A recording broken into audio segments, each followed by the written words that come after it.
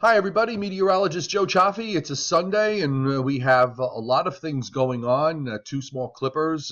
We have a threat for something a little more important, I think, for a week from today. So we're going to try and cover all of it, and I'm going to at least attempt to give you some insight on what I think is going to happen now that I'm kind of getting a better feel for things.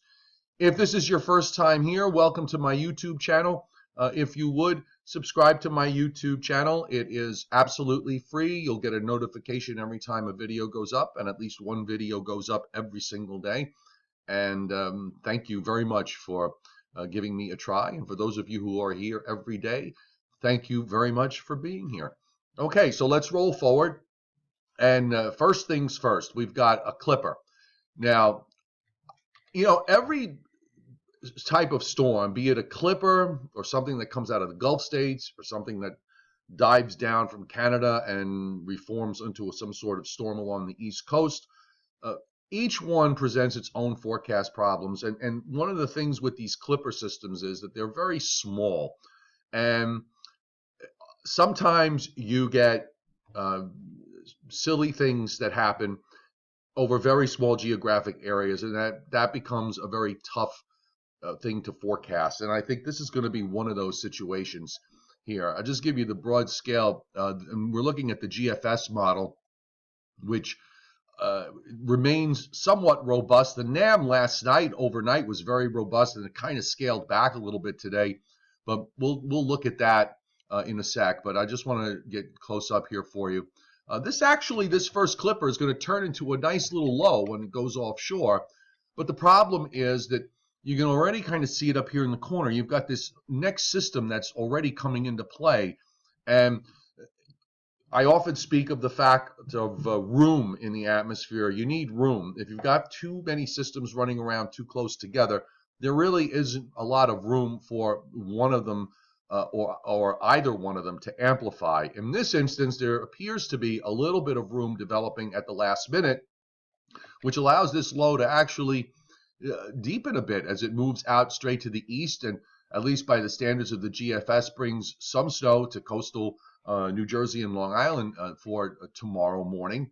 I don't know whether that's going to be the case or not, but it certainly brings an area of light but accumulating snows through northeastern Virginia, across Washington, D.C., Baltimore, on up into Delaware. Then the low starts to wrap up a bit. One of the things you have to watch out for is in the point where it starts to intensify is the precip that's going to develop on the west side. So in southern New Jersey, Atlantic Ocean, Cape May, Salem, Cumberland, southern Burlington counties, and even into southern Ocean County, just got to be a little bit cautious here that there might not be some small surprises in a few places. And also, I would extend that down into Delaware, especially central and northern Delaware, and possibly even into eastern Maryland. So this is something that we're going to keep a watchful eye on. And then, of course, the clipper pulls away to the east and it goes out, and you can already see the second one is coming down for Monday night and Tuesday. Now, by Tuesday morning into midday, there's an area of snow with this that it breaks out ahead of it. There's a warm front of some sort. It's a little hard to define, but it's kind of like right there. So there's going to be some snows that break out ahead of that warm front. Now, sometimes if you have a good, strong southwest flow going into this, you could have a burst of snow, of heavy snow that lasts a couple of hours and puts down a quick 2, 3, or 4 inches. But we really don't have that. If you notice that the isobars here are all on the south side, are really mostly pointed to the northwest. So this is sort of a flattish low, and I would think that whatever snow develops ahead of this will be on the order of a coating to an inch or so variety. Also, one thing that's also kind of a work against is that this low is not exactly tracking to the south like the clipper. You want it to do something like this if you want more snow, but instead it's actually moving further north, more into northern Pennsylvania or western New York, and then it's going to probably redevelop somewhere just to the east of Long Island. At least that's what my thinking is. And in fact, even though the air is cold aloft, the low levels will probably warm up, so the model actually even changes it to a little bit of rain over Long Island here during, or maybe it ends as rain. I think that's what it really is saying. And then you start to see the isobar stretch as the low is in upstate New York. It stretches down to Cape Cod, and then suddenly that'll be a new low that forms there. So I'm thinking the second system is not going to be a big deal. If the lead system were not there, this thing would have probably dug down further south to something like this, and then you would have had a big area of snow in the Northeast. Or if this system were very weak, the lead clipper would be more important, and we would get some a substantial amount of snow from the lead clipper. So as it is, it's the 2 weak systems, and that's about it. Let's take a look at what the NAM model did. I'm going to show you last night's NAM first, and we'll go back and you'll take a look. Let me just roll it back here. So here's the lead clipper. Now, for some reason, the NAM last night really got, relatively speaking, got aggressive. Kind of looks like the GFS does today. It actually produced some decent amount of snows for southern New Jersey, especially with a low developing just east of Atlantic City. You can see how small it is. There's not a whole lot of room, as I said. And then the second clipper, it really kind of doesn't do too much with that. Most of the snow with the second clipper on the NAM with the low over Lake Ontario goes well to the north, and really outside of maybe some snow showers, if this were correct, moves on by. Now that was last night's. Now you can take a look at today's, and you'll see that it really sort of scaled back on the first clipper, and there it is. Now it's barely has some snow touching the coast up to New Jersey and Long Island. Has a little band along of heavier blue, that darker blues, the heavier bands along coastal New Jersey, and then moves out. So, I think it's the difference of whether you want to believe that there's a coating to an inch or so or a coating to a couple of inches. I'm leaning to the idea that there might be a coating to maybe a couple of inches in parts of southwest Jersey, because of the fact that I think the low is probably going to develop a little faster, and since the trend seems to be that it wants to be a shade deeper, I'm going to go with that idea. I wouldn't be surprised to see the NAM kind of flip back on the next run. GFS has suddenly become the model of consistency with this, which is kind of hard to believe. Here's the 4-kilometer NAM to show you that it does really actually keep even more of the snow offshore, so it's not that impressive. And the 3, actually the 3-kilometer NAM has not run. So let me just make doubly sure that I showed you the right one with the 4, and I did. Okay, so look, here's my feeling, and this is what I'm forecasting with all of this. So I'm going to cover for the possibility that maybe there might be enough on the northern fringe. If those of you who aren't familiar, this is probably, Route 78 is right about here, okay? So this is basically south of Route 78 to about New York City and Long Island. If something gets up there, there might be a quick coating in some places. Route 195 is right about here, so I like to use highways as like major points, because I think everybody kind of knows where they are. And from 195 southward, you get into Ocean County. I went for a coating to an inch or so, and then you see I drew a band, southern Ocean, southern Burlington, westward to northern Delaware in this band here, and then swinging back across interior Maryland, around the Washington, D.C. area. I put a 1 to 2 inch band, and I actually put a stripe of 2 to 3 inches. I might be a little bit over aggressive here on the western side, but I think there's a shot for that to happen in parts of north central Delaware and into southern New Jersey, into Atlantic and Cape May counties. So, that's what my thinking is with the first clipper. I'm not going to go yet into the second clipper with regards to a forecast until after this one is at least into this evening. I'm just going to wait on that.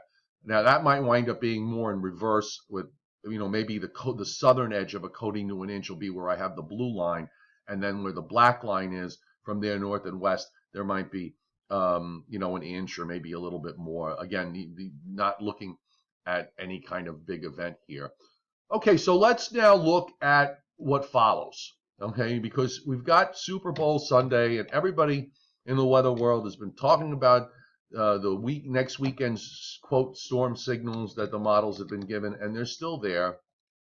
And what I think is going to happen, I think the GFS and the Canadian model have the right idea. Last night's European just completely lost it. And by the way, don't be surprised. We may still see the spot model runs that are going to come in and maybe lose this or just weaken it considerably. I tend to think that there is a moderate event that is in store. I would argue against the idea of any kind of deep low or intense low because we just simply haven't seen those this winter, and I don't think the setup is for that. It may, to some extent, look like what we had at the beginning of January, because weather systems in the wintertime, I tend to find over the course of forecasting through many winters, is that pattern kind of sets up a certain way and everything sort of happens along that way. This winter is definitely becoming what I would call a nickel and dime winter, where these weather systems are not really, you don't have any intense storms, but you have these sort of weaker systems that come along, and you get a couple inches here, a few inches there. Then the one back in early January, some places got 9 or 10. So it's I think it's that kind of winter. Now, I think what's going to happen is you have the model trying to take this high out to the south, but there's higher pressures that are at least up into Vermont and upstate New York. So there's probably more of a stretch here with more of a high to the north. So that's going to help hold cold air in to some degree. And it's February, so climatologically speaking, you are more likely to see that happen. We're probably going to take some kind of primary low into the lower Ohio Valley. You can see there's one low here. The model also shows a low in southern Wisconsin, and that kind of reflects the upper air system, which we'll set up, which we'll look at in a minute. And I think what happens is, this is next Sunday, the primary winds up in southeastern Ohio on the GFS, and you can see a secondary attempts to develop off the Maryland coast, and that becomes the main low rather quickly. It takes over and moves out to the northeast. So the questions that are usual for these situations here in the east is when you have a primary, dying primary, and a secondary that redevelops, it's how fast that redevelopment takes place. Because if the secondary takes over fast enough and the primary disappears, cold air tends to get pinched down southwestward from New England. And you can see there's where the isobar bulges here, there is a bit of a high. However weak, it is there. And here's where you start to see the dying primary, the primary low that's in southeast Ohio, and then you have this secondary low that forms right there. So the winds are going to start to try to pinch more toward the northeast if that's the case, and then eventually that secondary low becomes the main low. Now, if the secondary takes a while to take over, you're going to push warmer air up to just inland of the coast, and the coast, after a few inches or several inches of snow, winds up changing to rain, but inland sections wind up being mostly snow. Also, the other question is, do you have a robust low, or is it going to be something that's flatter? And I wonder whether that's going to be the case too, that the system showing here at the moment may be a little too deep. We're a week out, so I'm speculating here. I'm kind of doing free flow thinking in terms of speculating. But let's look at the upper air, because that will give us a clue as to what exactly we're dealing with. And if you look at this upper air, it doesn't really inspire. Here's the trough here's the trough with that first clipper today. And actually, when you look at it, the upper air feature here is not that unimpressive. This is how we're, it's kind of close in terms of how we're missing out on an event here for tonight into Monday morning. This trough is trying to sharpen up as it goes by, but it's going to do that too late as it moves out to the east. And here's that second system. You can almost barely find it, but it is there, that comes down and sort of messes this lead system up to some degree. So we have a cold flow through the end of the week. I don't think there's any question of that. And I think there's going to be plenty of cold air going into the event for next weekend, because you do have these reinforcing surges that are coming down in the northern part of the jet stream. Now, that starts to pull out, and you can see the troughing here with the approaching system for Sunday. You've got a shortwave trough here. You've got another one that's coming down from the Great Lakes in the northern stream. And models sometimes in their overzealousness will try and phase the two. If you look at how the structure is here on the upper air, it's not really all that impressive.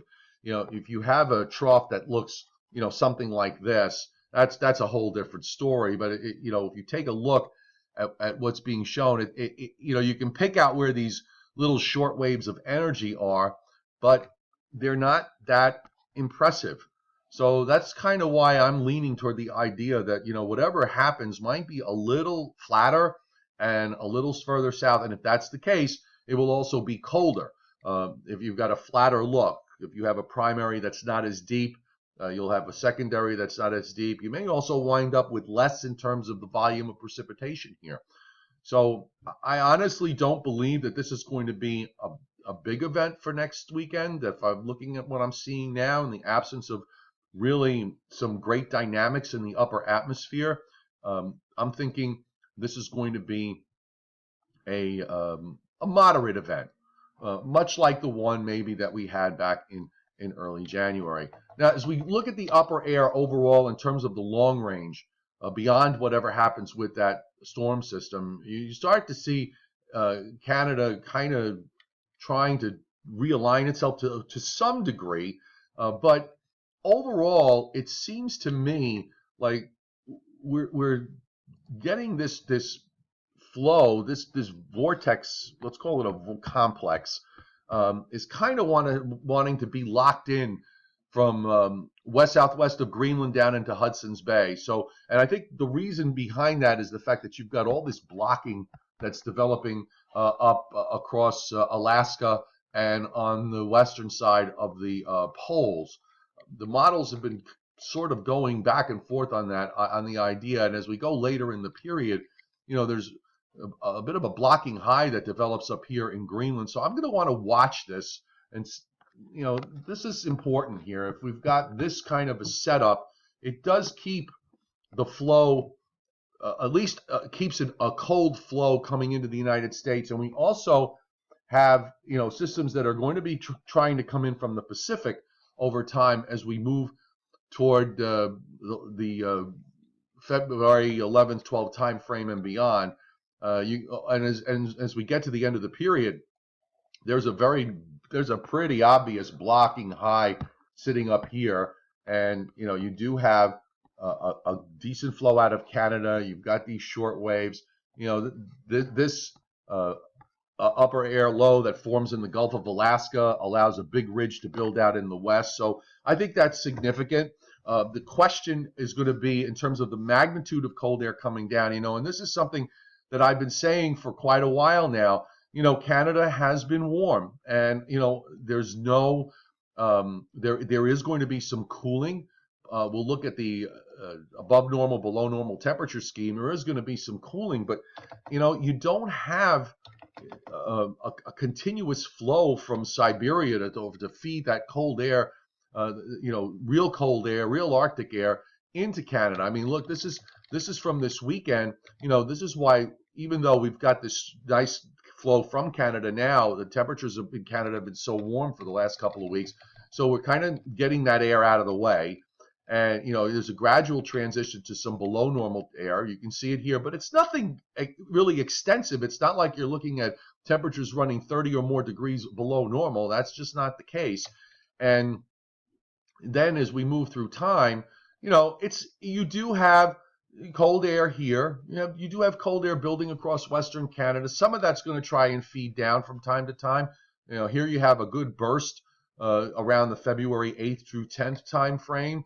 And then that kind of moderates a bit. But this is the trend. This is the kind of winter we're having, folks. We've had those occasional cold shots. We had a couple of them back in December. We had one early in January. It's likely that we'll probably have another one of those one of those intrusions that gets very cold for a day or two. But in between all that, I think the only difference this time around is the fact that we'll probably go to something where the temperatures maybe just kind of trend to about normal, plus or minus a couple of degrees, which to me is in the neighborhood of statistical noise, and we'll be done with it. But going forward in the longer term, I think there's still going to be chances for more events. It seems like the pattern at least is going to be marginally favorable for something to happen. You're going to have some cold air, but not a whole lot. You're going to have some kind of storm systems moving across, but nothing especially intense or especially deep. We're just going to continue to get nickeled and dimed away as we go through the month of February. All right, so that pretty much covers it. Have a great day. Let me just one more time, I'll pop up my snowfall forecast map, and you can see here, again, north and west, to New York City, maybe there might be enough snow showers to create a coating in a couple of places. It's really south of Route 195, and I'm thinking there could be maybe a coating to 1 inch or so, and then you get further south, it's 1 to 2 inches, and I've got this stripe of 2 to 3 inches in parts of southwest New Jersey, back into north central Delaware and eastern Maryland. So everybody have a great day. Check out the latest website posts on meteorologistjoechaffee.com. Also, you can see Angry Ben's weather forecast for nycweathernow.com and weatherlongisland.com. And download my app and subscribe to my forecast. 99 cents a month is all it costs. The app is free for New York, New Jersey, Long Island, Connecticut, Hudson Valley, and eastern Pennsylvania. And if you've watched this long, I'll just remind you again, I hope you like the weather videos I do. Subscribe to my YouTube channel. It's absolutely free. Just click on the red button that's on this page and hit subscribe, and you can set it up so that you get notifications every time I put a video up, and you will never be more than seconds away from the latest on the goings on in the weather world. Have a great rest of your Sunday, and if conditions warrant, who knows, I may cut another video later today.